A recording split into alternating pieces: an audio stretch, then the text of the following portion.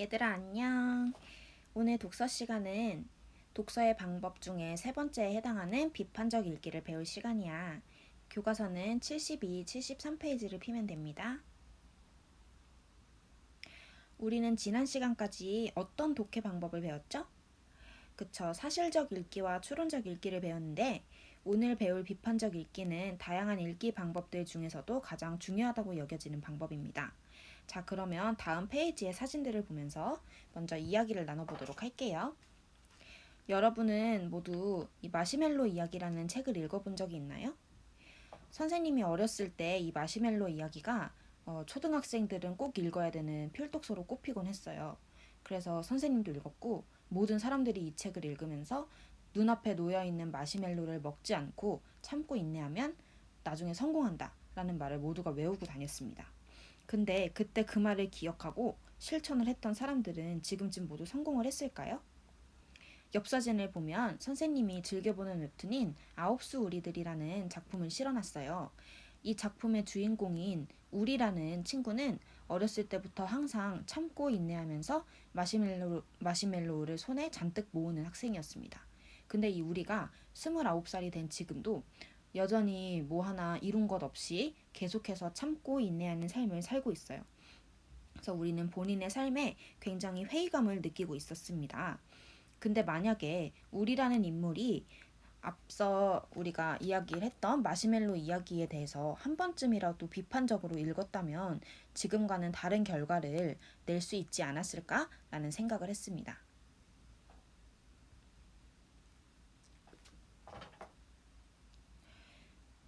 그래서 우리는 오늘 이 마시멜로 이야기를 떠올리면서 비판적으로 읽는 방법을 배울 건데요. 학습 목표는 다음과 같습니다. 먼저 글에 드러난 관점이나 내용을 비판하면서 읽을 수 있어야 하고 글에 쓰인 표현 방법을 비판하면서 읽을 수 있어야 합니다. 그리고 필자가 의도적으로 필자의 숨겨진 의도나 사회문화적인 이념을 비판하면서 읽을 수 있어야 합니다. 자, 그러면 비판적 읽기란 무엇인가 알아보기 전에 우리는 살면서 정말 많은 글들을 접하고 살곤 하는데요. 기사라든지 영화나 글에 대한 평론, 그리고 광고 등의 글들을 접하곤 합니다. 이 외에도 사설이나 철학서, 논설문 등 다양한 글들을 우리가 접하곤 하는데 이런 글들이 모두 사실만을 싫거나 아니면 적절한 내용만을 실었을까요? 그렇지 않습니다. 따라서 우리는 세 가지 차원에서 비판하는 방법을 배워야 합니다. 첫 번째는 자료와 근거의 차원, 두 번째는 표현의 차원, 그리고 주장과 의견의 차원을 비판하면 될 것 같습니다. 이번 수업에 계속해서 예시로 사용될 광고인데요. 여러분 모두 이 광고 본 적이 있나요? 여기 유명한 이 추성훈 씨와 사랑이가 나오는 광고예요. 이 광고에 대해서 비판하는 기사를 실어놨는데요. 오른쪽에 형광펜 친 부분을 위주로 보면 됩니다. 첫 번째 줄 보면은 이 광고를 내기 위해서 실행했던 임상 실험은 일반인이 아닌 바디프렌드 직원 25명만을 대상으로 했다라는 점이 눈에 띄고요. 두 번째 문단에서 결국은 이 공정거래위원회가 바디프렌드를 거짓 과장 광고 혐의로 적발했다라는 내용도 눈에 띕니다. 그 다음 줄에서는 이 자사 안마의자를 사용하면 키가 커지고 기억력이 향상된다라는 거짓 광고 혐의로 과징금까지 부여했다고 나오네요. 계속해서 이런 내용이 나와 있고요. 노란색 형광펜을 보면 이 키성장 효능의 경우는 또 임상 실험을 통해서 실증된 적이 없고 브레인 마사지 효능 또한 신뢰할 수 없는 결과를 광고의 자료로 사용했다라는 점이 눈에 띕니다. 이 하이키 광고처럼 우리가 살면서 접하고 읽는 모든 글들은 모두가 좋은 글이 아니라는 것을 확인할 수 있습니다. 따라서 우리는 어떤 글을 읽든지 내용과 관점이 공정한가, 또 필자의 가치관이 타당한가, 그리고 표현이나 자료가 적절한 것을 비판하면서 읽어야 한다는 것입니다. 우리가 글을 읽을 때 모두 비평가가 되어서 글을 읽어야 한다는 점을 알 수 있을 것 같아요. 그러면 비판적으로 읽기를 할 때 가장 기본으로 깔고 들어가는 읽기 방법이 있습니다. 우리가 가장 처음에 배웠던 사실적 읽기 방법인데요. 우리가 글의 내용을 정확하고 올바른 사실인지를 판단하는 것이 이 비판적 읽기이자 독서의 바탕이 된다고 할 수 있겠습니다. 자, 그러면 우리 이 광고를 계속해서 예시로 사용을 할 건데, 여러분이 이 광고를 보면서 이 광고가 왜 옳은지, 옳다고 생각하는 사람은 이 광고가 왜 옳은지, 옳지 않다고 생각하는 사람들은 왜 옳지 않은지를 떠올리면서 보면 좋을 것 같아요.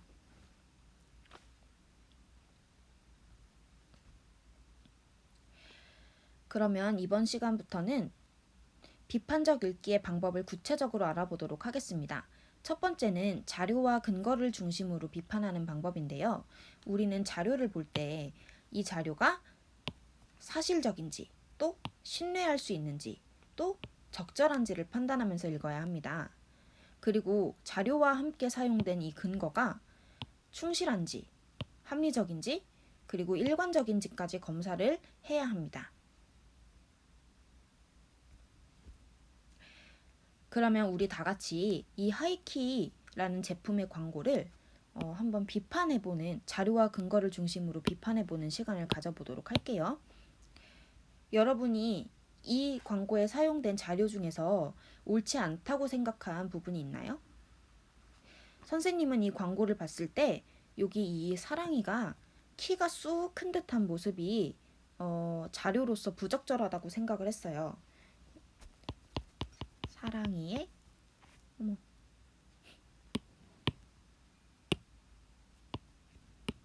사랑이의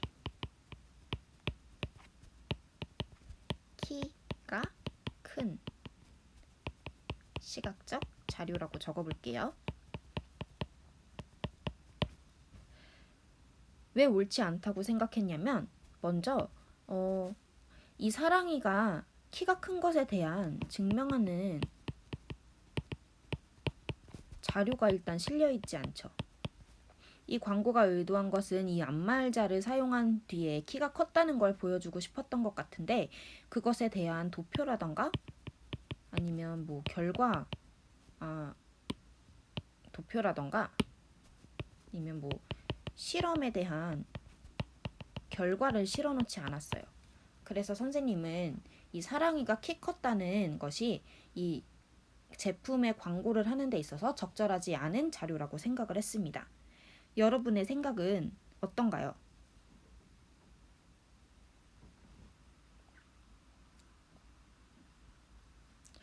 다음 방법으로는 주장을 중심으로 비판하는 방법입니다. 우리는 이 필자가 이제 광고나 다른 글들에 있어서 필자의 주장이 타당한지를 판단하면서 읽어야 합니다. 그리고 또 두 번째로는 일반화의 오류를 범하고 있지 않은지를 판단을 해야 되는데요. 한두 개의 사료나 자료만으로 이 모든 제품의 주장을 일반화하지 않고 있는지를 판단을 해야 됩니다. 또 세 번째로는 아전인수의 태도를 조심해야 되는데요. 보통 광고 같은 경우는 자사의 제품을 사람들이 더 많이 사게 하고 더 많이 이용할 수 있도록 자기의 입장에 이로운 한쪽 면만을 부각하곤 하는데요.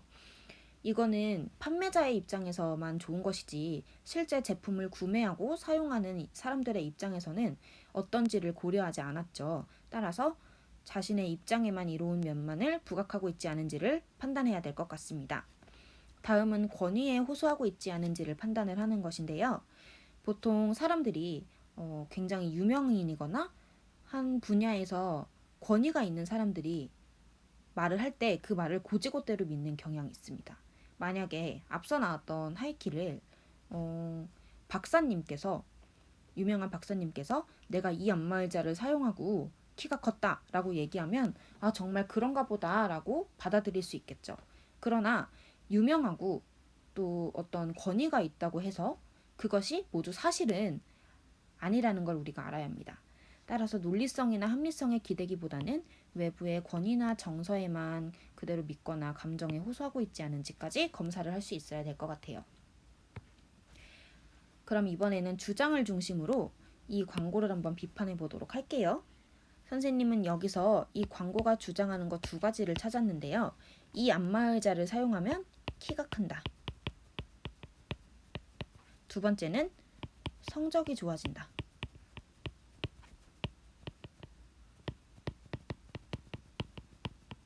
이 두 가지 주장을 선생님이 찾았어요. 여러분도 이렇게 찾았나요?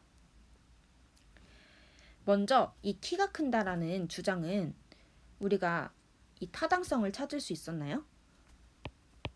아까 앞서서 나왔던 기사를 떠올려 보면은 그 임상실험을 들었는데요. 이 임상실험의 결과가 실증이 되지 않았다, 증명이 되지 않았다라는 기사가 있었죠. 따라서 이 키가 큰다라는 주장은 타당성이 없었습니다. 두 번째로 나왔던 이 성적이 좋아진다라는 주장에 대해서도 실험 대상을 누구로 삼았었죠? 맞아요. 자사 직원 25명만을 대상으로 했다고 합니다. 근데 이 직원들이 성인이었을지, 뭐 키가 다 큰 사람이었을지 모르는 거잖아요. 그래서 이 안마의자를 과연 어린아이가 사용을 했을 때 정말로 키가 클 수 있었는지에 대한 타당성도 없었다고 합니다. 이렇게 볼 수 있겠죠? 따라서 선생님은 주장을 중심으로 이렇게 두 가지를 비판을 할 수 있었어요. 여러분도 여러분이 생각하는 이 광고가 잘못된 점을 빈칸에 적으면서 보면 좋을 것 같아요.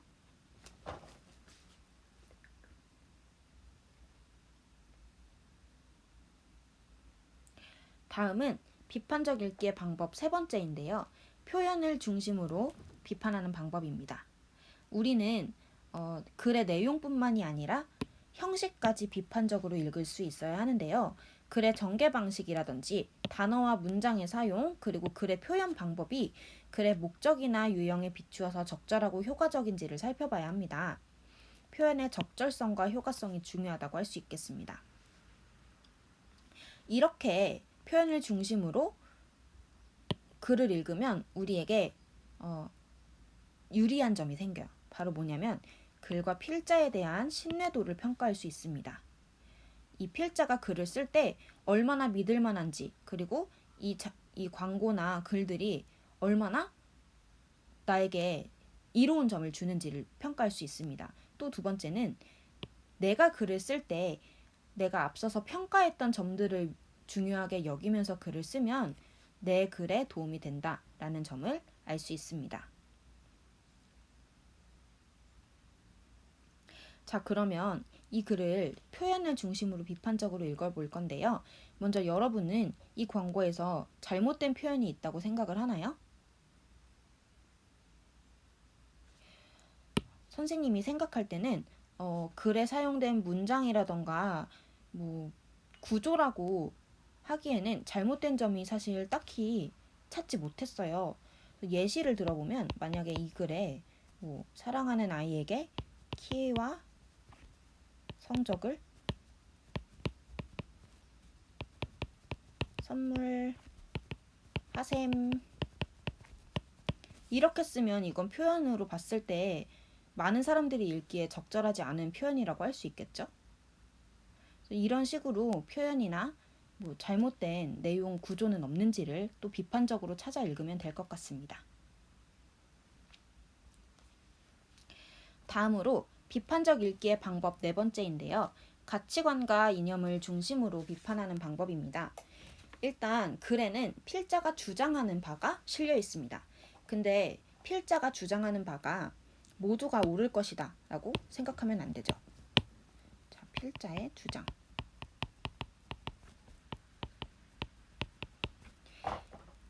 글을 쓰는 사람들이 어떤 정보에 대해서 모두가 정확히 알거나 사실만을 서술하는 게 아니에요. 잘 모를 수도 있고 실수할 수도 있고 잘못된 내용이 들어갈 수도 있죠. 그런 점도 있지만 또 가장 중요한 점은 숨겨진 의도가 있을 수 있다는 겁니다. 이런 점을 간과한다면 우리는 필자의 생각을 곧이곧대로 받아들였을 때 잘못된 판단을 내릴 수가 있어요. 따라서 필자의 주장이 이상한 점은 없는지, 숨겨진 의도를 우리가 찾지 못했는지를 찾아가면서 읽는 것이 중요하다고 할 수 있습니다. 이것은 개인적 측면이라고 볼 수 있겠고요. 필자 개인적 측면. 그리고 크게 보면 우리는 모두 특정한 일정한 사회에 속해서 살고 있죠. 우리 사회가 통용하는 사회, 문화적 이념들이 있단 말입니다. 근데 우리의 문화에 대해서 만약에 다른 나라의 사람들이 우리나라 문화를 접한다면 우리랑은 좀 다를 수 있네 라고 다르게 생각을 할 수 있다는 거예요. 그래서 글에 반영되어 있는 사회 문화적 이념까지 찾아가면서 우리 사회가 용인할 수 있는지, 즉 받아들일 수 있는 정보인지를 판단해야 합니다. 다들 이해가 됐나요? 그리고 이런 사회문화적인 이념이 글에 실려있는 것들이 우리의 인류 보편적인 정서나 가치에 비추어서 옳은 것인지를 판단해야 됩니다. 인류의 가치나 정서에 위배되지 않는지를 판단하면서 읽으면 되겠습니다. 다들 잘 따라오고 있죠? 그러면 마지막으로 가치관과 이념을 중심으로 이 광고를 한번 비판해 보도록 할게요. 여러분이 생각할 때 이 광고에 담긴 잘못된 가치관이나 이념이 있나요? 선생님이 생각하기에는 또 역시 키나 성적의 측면에서 얘기를 할 수 있을 것 같습니다. 우리의 사랑하는 아이가 키가 커야 한다. 또 성적이 좋아야 한다. 이 두 가지의 필자의 가치관 또는 사회문화적인 이념이 담겨 있다고 생각해요. 그렇지만 여러분도 알다시피 모두가 키가 클 수도 없는 거고 클 필요도 없죠. 누군가는 성적이 좋을 수도 있고 좋지 않아도 돼요. 우리는 모두 인간이라는 그 자체로 가치를 지니고 있는 사람들인데 이런 어떠한 특정한 가치관이나 이념이 여기에 담겨 있는데 우리가 이거를 굉장히 중요하게 생각한다면 휩쓸릴 수 있겠죠. 올바른 판단을 내리지 못할 수도 있습니다. 따라서 저는 이렇게 두 가지 측면에서 잘못됐다라는 생각을 했어요. 여러분도 여러분이 생각하는 잘못된 가치관이나 이념이 담겨 있는지를 한번 적어보면 될 것 같아요. 오늘까지 이렇게 비판적 읽기의 방법을 다양하게 배웠는데요. 오늘 수업을 이제 마무리하면서 빈칸 채워 넣으면서 한번 복습을 해보도록 하겠습니다. 첫 번째 세모부터 보면 비판적 읽기란 글에 사용된 무엇이 정확한지 또 무엇이 적절한지 글에 나타난 필자의 무엇이나 의견이 타당하며 공정한지를 따지며 읽는 것이다. 빈칸을 한번 채워볼까요? 정답은 글에 사용된 자료가 정확한지 또 표현이 적절한지 그리고 글에 나타난 필자의 주장이나 의견이 타당하며 공정한지를 따져가며 읽는 것을 우리는 비판적 읽기다라는 거 이번 수업 시간에 배웠습니다. 다음 세모를 보면 비판적 읽기의 시작은 어떤 읽기로부터 출발했죠? 맞습니다. 가장 처음 배웠던 읽기 방법인 사실적 읽기로부터 출발한다 라고 보면 될 것 같습니다. 다음으로 비판적 읽기의 요소 첫 번째인데요. 글에 사용된 자료가 사실에 부합하는지 이것은 자료의 무슨 특징일까요? 그렇죠. 자료의 사실성이라고 보면 됩니다. 두 번째는 출처가 명확하고 믿을 만한 것인지 이것은 자료의 신뢰성이라고 볼 수 있죠. 다음으로 그것들이 중심 내용을 뒷받침하는 데 적절한 것인지는 자료의 적절성이 되겠습니다. 비판적 읽기의 요소 두 번째는 필자의 주장이나 의견을 뒷받침하는 근거들이 지닌 특성들에 대한 것이었는데요. 근거들 세 가지 무엇이 있을까요? 충실성, 근거의 충실성, 그리고 합리성, 또 일관성 이렇게 세 가지를 꼽을 수 있습니다. 비판적 읽기의 요소 세 번째, 필자의 주장이 타당한지 이것은 주장의 타당성, 이라고 볼 수 있고요. 다음은 한두 개의 사례로 지나치게 일반화하여 결론을 내리는 오류를 범하고 있지 않은지를 살펴봐야 합니다. 이것은 무슨 오류였죠? 네, 일반화의 오류였습니다. 이런 오류는 없는지를 우리가 검사하면서 읽어야겠죠. 세 번째는 아전인수적인 태도였어요. 이 태도는 자기 입장에 어떠한 한쪽 면만을 부각하여 주장하고 있는 태도일까요? 네, 맞습니다. 자기의 입장에 이로운, 다른 사람의 입장은 고려하지 않고 자신의 입장에만 이로운 한쪽 면만을 부각하고 있지 않은지를 우리가 검사해야 합니다.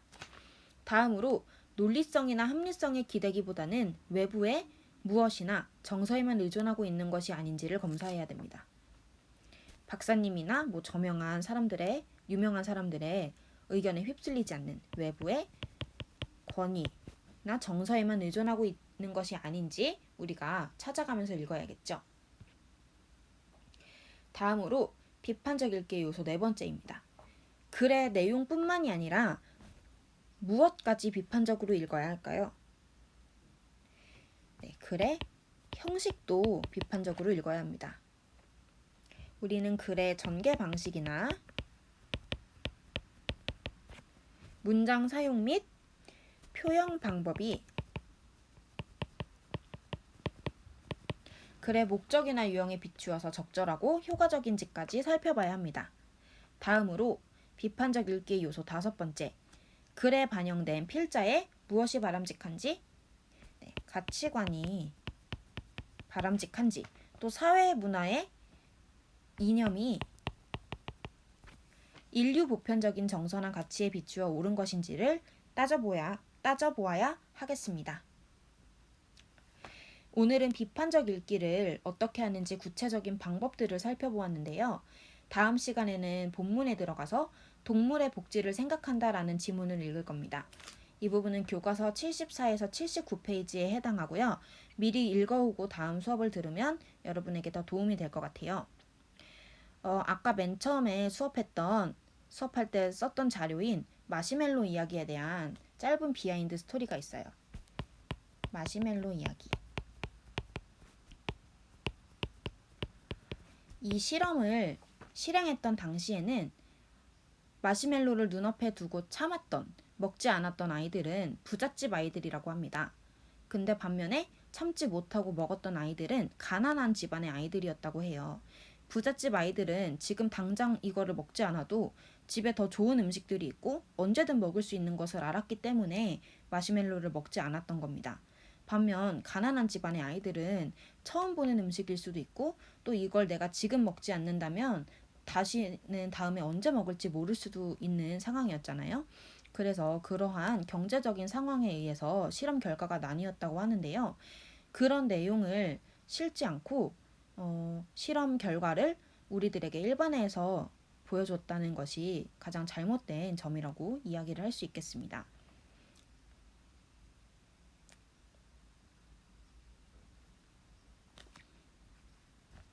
그럼 오늘 수업은 여기까지 하겠고요. 오늘 수업 듣느라 모두 고생하셨습니다.